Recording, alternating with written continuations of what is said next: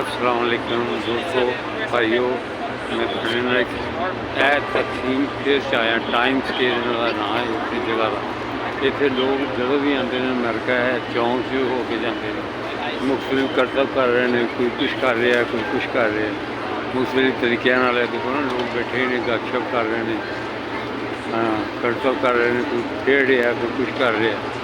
ਤੇ ਇਹ ਅੱਛੀ ਜਗ੍ਹਾ ਤੇ ਮੈਂ ਤੁਹਾਨੂੰ ਦਿਖਾਉਂਦਾ ਇੱਕ ਟੋਏ। ਇਹਦੇ देखो है हर बोट है, इस्लाम दुआ लेगा, गाने वगैरह गाएगा, कुछ करेगा।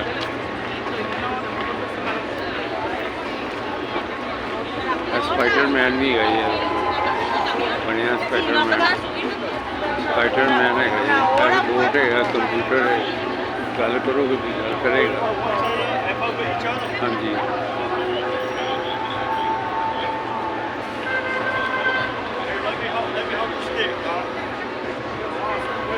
स्पाइडरमैन भी देख लिया, ये बोट भी देख लिया, ये किड़े बड़े हैं। देखो मैं तुम दिखा रहा।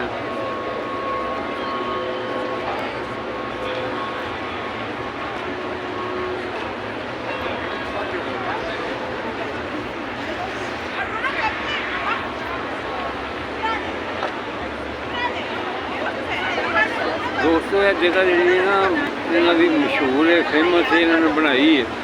टूरिस्ट प्लेस बनाया है, टूरिस्ट प्लेस कहते हैं। टूरिस्ट जगह खाना वगैरह खा के लोग रोटी वगैरह हजम करन आते हैं, दूसरी गल इत्थे बैठते हैं अपने अपने फैमिलियां लैके आए ने इत्थे भी माशाअल्लाह। इन्होंने बैठे ने, इन्हों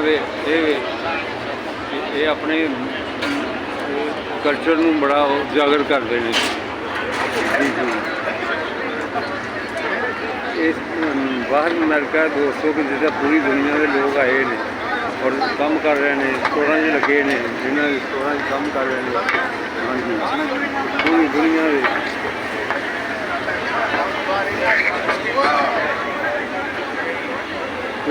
के स्टोर के काम हो रहे हैं। सारे लोग काम कर रहे हैं, जॉब कर रहे हैं। अमेरिका एडा वड्डा है, इन्हें किसी वक्त लाटरी वीजे दिते हैं लोगों को। पाकिस्तान के साढ़े उत्थे सिंहपुर इलाके फैमिलियां, 2 फैमिलियां गई लाटरी वीजे, वो अजकल इत्थे ही ने। उन्होंने बच्चे भी हो गए हैं, वो लोग भी ने सारे मैं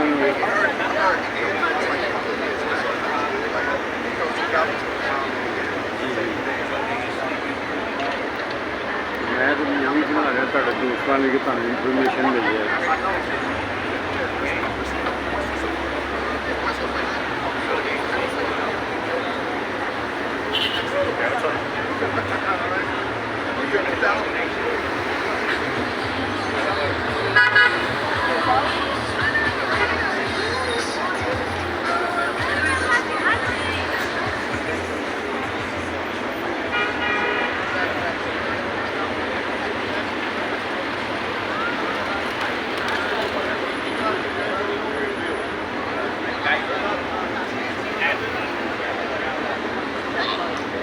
दोस्तों लाइटा ही ने देखो ना, हज़ारों की तादाद में दुनिया आई है।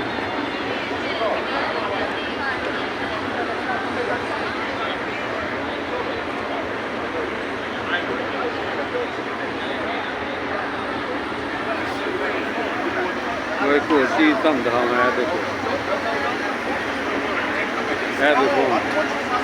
यह बस